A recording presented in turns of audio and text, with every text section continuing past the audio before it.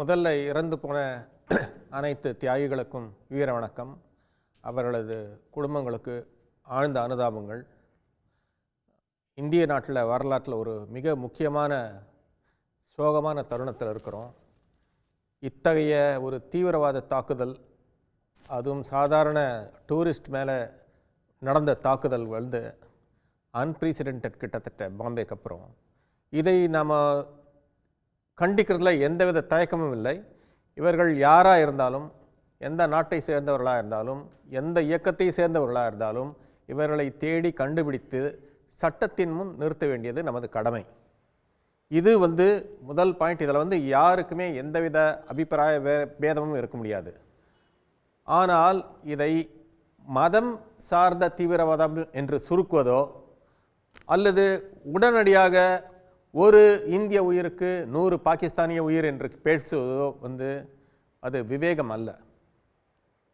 இந்த நம்ம நாட்டு மக்கள் எப்படி சாதாரண மக்கள் இருக்கிறார்களோ அதே மாதிரி பாகிஸ்தானில் நிறைய சாதாரண மக்கள் இருக்கார்கள். அவர்களுக்கும் தீவிரவாதிகளுக்கும் தொடர்பு இல்லை. பாகிஸ்தானிய அரசுக்கும் தீவிரவாதத்துக்கும் தொடர்பு இருக்கலாம். அது கூட நாம் இன்னும் நிரூபிக்கவில்லை. நிரூபித்தால் அதை எப்படி சட்டப்படியாக நம்ம அட்மினிஸ்ட்ரேட்டிவாக ஸ்ட்ராட்டஜிக்காக எதிர்கொள்ள வேண்டுமோ அப்படி எதிர்கொள்ள வேண்டும். ஆனால் இதை ஒரு 2 மதத்துக்குள்ளே நடந்த ஒரு போராட்டமாகவோ அல்லது 2 நாடுகளுக்கிடையே நடந்த ஒரு போராட்டமாகவோ இமீடியட்டாக எடுத்துக்க வேண்டாம். ஏன்னா நமக்கு எவிடன்சஸ் இல்லை. எவிடன்சஸ் இல்லாதப்போ நம்ம பொறுப்பில்லாமல் பொது வெளியில் பல விஷயங்களை பேசுகிறது அது வீரமாக இருக்கலாம், ஆனால் விவேகமாக இருக்காது. மிக முக்கியமாக ஒன்று நிறைய பேர் யோசிக்காத விஷயம் இந்தியாவில் ஸ்டேபிள் டெமோக்ரஸி இருக்குது, பாகிஸ்தானில் அப்படி ஸ்டேபிள் டெமோக்ரஸி இல்லை. ஆனால் 2 பேர் கையிலேயும் அணு ஆயுதங்கள் உண்டு. ஒரு சின்ன ப்ரொவோகேஷனில் அணு ஆயுதங்கள் இந்த யுத்தத்தில் பிரயோகிக்கப்பட்டால் இந்திய துணைக்கண்டத்தில் எப்படிப்பட்ட விளைவுகள் ஏற்படும் என்று எல்லா ஸ்ட்ராட்டஜிக் அட்வைசரும் திங்க் பண்ணுவாங்க. ஆகவே ஒரு உயிருக்கு 100 பாகிஸ்தானிய உயிர் என்பது ஒரு ஒரு வார் கிரையாக இருக்கலாம், தவிர அது முடிவாக இருக்காது. இன்னொன்று மறுபடியும் நான் சொல்கிறேன், ஒரு யுத்தம் இதை முடிச்சிடும்னு சொல்ல முடியாது.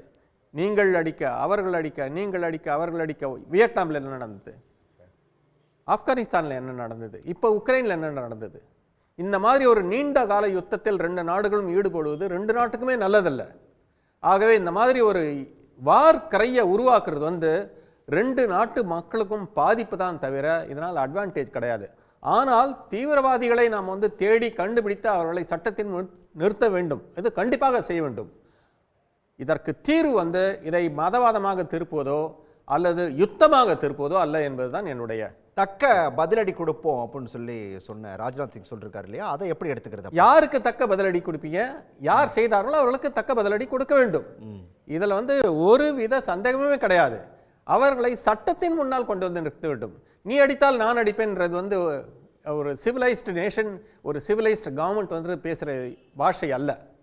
நீ அடிப்ப, திருப்பி நான் அடிப்பேன், நீ அடிப்பேன், நான் அடிப்பேன்றது அது சிவிலைஸ்ட் டெமோக்ரஸி பேசுகிற வழக்கில். ஆனால் அவர்களை நாம் எங்கிருந்தாலும் தேடி கண்டுபிடித்து, உலகத்தின் எந்த மூலையில் இருந்தாலும் தேடி கண்டுபிடித்து, அவர்களுக்கு யார் ஃபினான்ஷியலாக சப்போர்ட் பண்ணுறார்களோ அவர்களையும் தேடி கண்டுபிடித்து அவர்களை சட்டத்தின் முன், இந்திய சட்டத்தின் முன், சர்வதேச சட்டத்தின் முன் குற்றவாளிகளாக நிறுத்தி குற்றத்தை நிரூபித்து அதற்கான தண்டனை வாங்கி கொடுப்பது தான் ஒரு மெச்சூர் டெமோக்ரஸியினுடைய வேலை. இல்லை, ஒரு போர் நடக்குது அல்லது ஒரு இராணுவ வீரர்கள் 2 பேருக்கு இடையில், தீவிரவாதிகளுக்கு இடையில் ஒரு மோதல் நடக்குது, ஒரு அட்டாக் நடக்குது. அங்கே உயிர்கள் போகிறது அப்படிங்கிறது எதிர்பாராத விதமாக நடக்கக்கூடிய ஒரு விஷயம். அது பல விஷயங்களை நம்ம பார்த்துருக்கோம். ஆனால் இது சம்பந்தமே இல்லாதவங்க, யாரும் எதுக்கும் சம்பந்தம் இல்லாதவங்க. நம்ம இவர் மனோர் பாசா குறிப்பிட்டது போல இங்கிருந்து தேனிலவுக்கு போனவங்க, இப்படி பல்வேறு காரணங்களுக்காக அங்கே போனவங்க, சுற்றுலா போனவங்க, அங்க அவங்களோட மனநிலை எப்படி பயங்கரவாதம் என்று சொல்கிறோம். This is a terrorist attack. ஒரு டெரரிஸ்டை நீங்க எப்படி டாக்கிள் பண்ணுவீங்களோ அப்படிதான் டாக்கிள் பண்ணணும். ஆனா அந்த டெரரிஸ்ட் நேரடியாக அந்த அரசாங்கத்தினால் ஏவப்பட்டாரா என்று நிரூபிக்கப்படாத வரையில் நீங்க யுத்தத்தை பற்றி பேசுவது விவேகம் அல்ல. உடனுக்குடன் செய்திகளை தெரிந்து கொள்ள சன் நியூஸ் பெல் ஐகானை கிளிக் பண்ணுங்க.